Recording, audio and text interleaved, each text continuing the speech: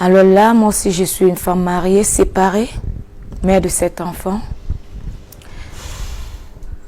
N'ayant pas de quoi nourrir mes enfants, n'ayant pas le soutien, j'ai rejoint une sœur à Kumba avec mes enfants. Là, nous étions en location, on se battait. Le peu d'argent que j'avais un petit shop devant la cour. C'est là que je me demeurdais avec mes enfants.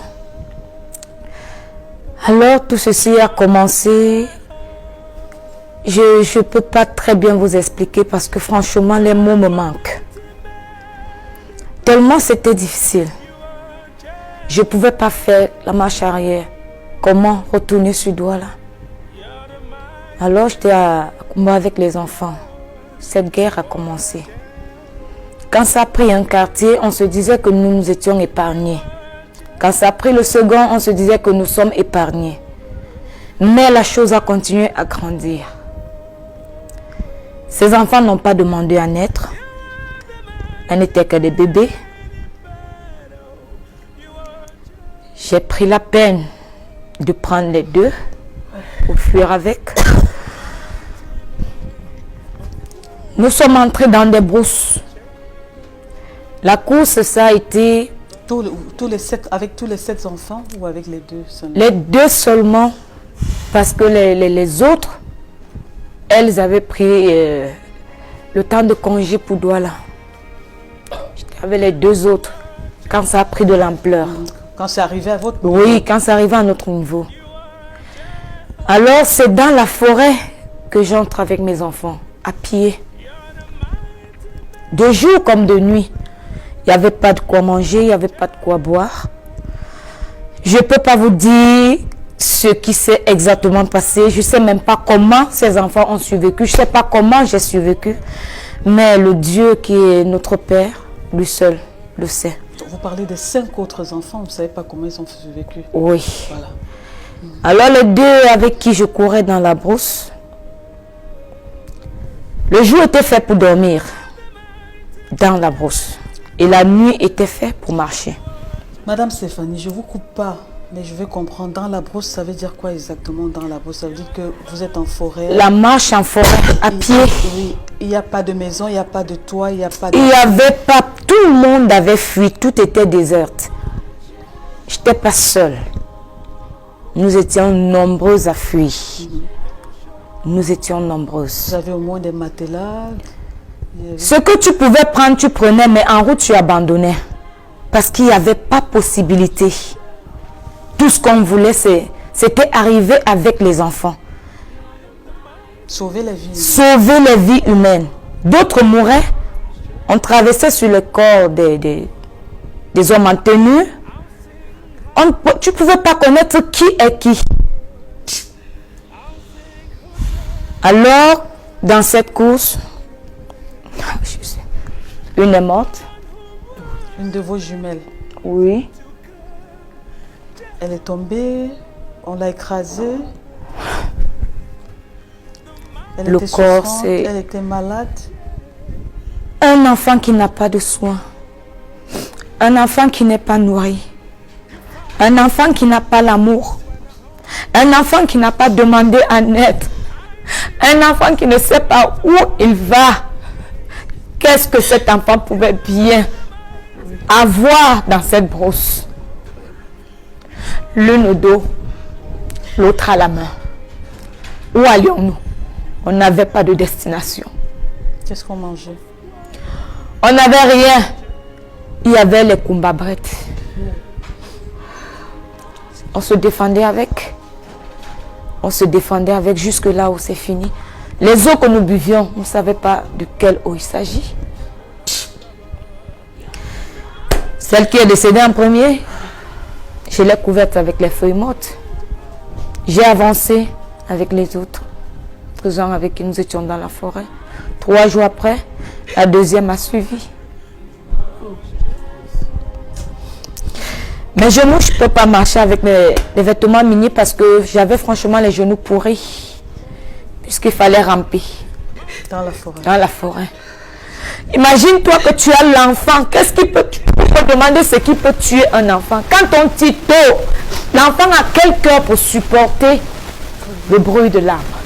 Toi, la grande personne, tu ne supportes pas. Quel est l'enfant, le bébé d'un an qui peut supporter le bruit de l'arbre? Et que cela vienne de partout. Qu'est-ce que cet enfant est en train de vivre? Où va cet enfant? Où est-ce qu'il va arriver? Quel est son avenir? Quel est son devenir? Jusqu'à ce qu'on entre dans Banga. À pied? À pied. La marche était la nuit. Le jour était fait pour se reposer. Pour se cacher dans les arbres. Dans des troncs de bananiers. Nous étions devenus, c'est-à-dire, des gens recherchés. Madame Stéphanie, on vous comprend. Mais est-ce que vous étiez pourchassée? Parce que si on a déjà brûlé la maison du voisin, on tire partout. Tu t'attends à quoi? Est-ce que vous receviez des messages du genre quitter la ville, on arrive? Est-ce qu'il y avait des gens précisément qui vous parlaient? Il y a eu tellement de messages. Les messages même qui s'annonçaient, ça allait de bouche à oreille. Ils sont dans tel quartier, faites très attention, déplacez-vous. Ils, c'était mis pour qui? Ne me posez pas cette question. Je ne les connais pas. I don't know. Je ne les connais pas. Ils ne sont pas familiers. Certes, le Cameroun, c'est une famille, mais je ne les connais pas. Quel est le nom que je vais leur donner? Je n'ai pas demandé à naître, je n'ai pas vécu ça, afin que mes enfants viennent vivre ça, jusqu'à perdre leur vie. On nous a accueillis en Banga, nous étions Banga. Ceux qui sont même arrivés par moto, par voiture, on nous a reçus là-bas. Les différentes maisons se sont ouvertes, nous sommes entrés. On a pensé nos blessures, on nous a donné médicaments, on nous a nourris comme on pouvait. J'ai tiré un coup de chapeau à la zone du monde. Parce que vraiment, ils ont la main sur le cœur. Ils ne connaissaient pas qui nous étions. Ils ne connaissaient pas d'où on venait, ce que nous-mêmes nous pouvions les faire. Mais d'un cœur humble et soumis, nous ont reçus. On mangeait comme des prisonniers. Jusqu'à ce que chacun se lève pour dire, je m'avais me débrouiller ici, je m'avais me débrouiller là-bas. Donc, dans vos marches, vous étiez ensemble, c'est une marche groupée, c'était tout le monde, les hommes, les femmes, oui, les enfants. Oui, c'était un mélange de tout le monde. Et là, parmi nous, tu ne pouvais pas savoir qui fait quoi. On avance juste avec la bouche fermée. On parle, il n'y avait pas de parole, on ne parle pas. On marche. De nuit. Et le jour, on se couche. On se repose. On se couche à même le sol, dans la forêt. Dans la forêt. Mon Dieu, tout un film. Tout un film. Jusqu'à ce qu'on entre dans le monde. C'est là-bas où vous avez commencé à voir un peu. À voir le jour. Puisque là, nous étions devenus des aveugles. Quand nous sommes entrés dans le monde, on a dit, on a retrouvé la vue. Et vous dites que pendant que vous étiez en forêt, c'était le crépitement des balles. Des balles partout. Des coups de machette. Il y avait tout. Il y avait tout. Je dis bien tout.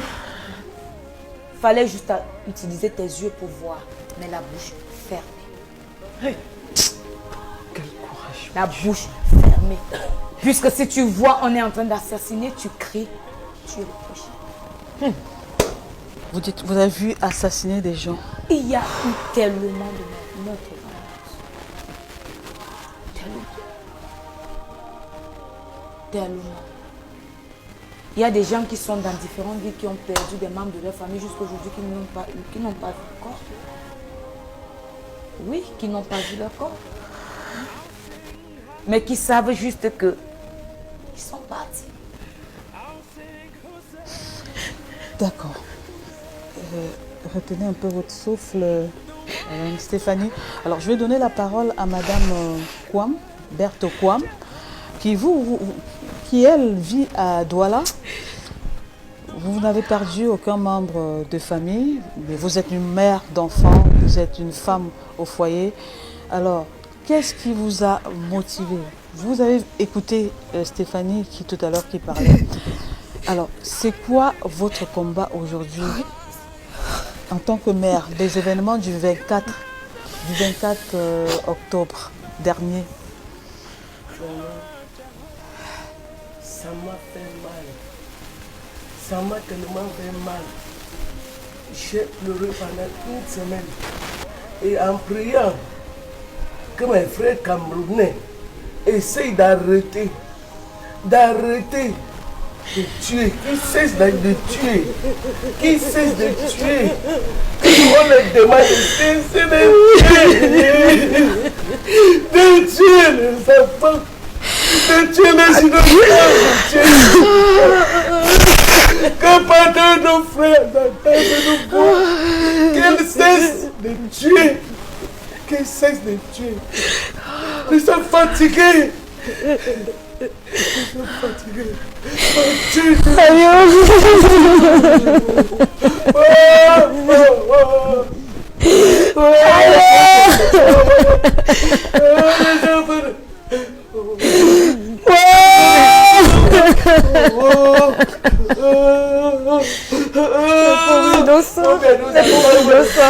Maman, j'attends, nous attend.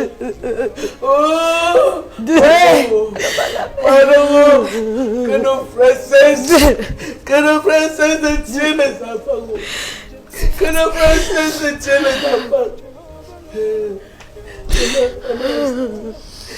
Calmez-vous. Calmez-vous.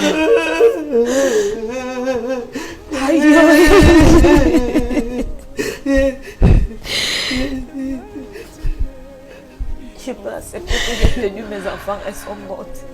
Celles donc qui sont envoyées les enfants à l'école. Et les attendaient à la maison pour qu'elles retournent.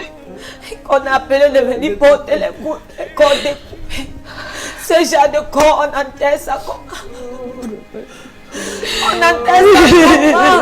Dites-nous comment on enterre ce genre de corps. Dites-nous comment le corps de son enfant dépiécé. C'est ce que nous avons vécu dans la brousse.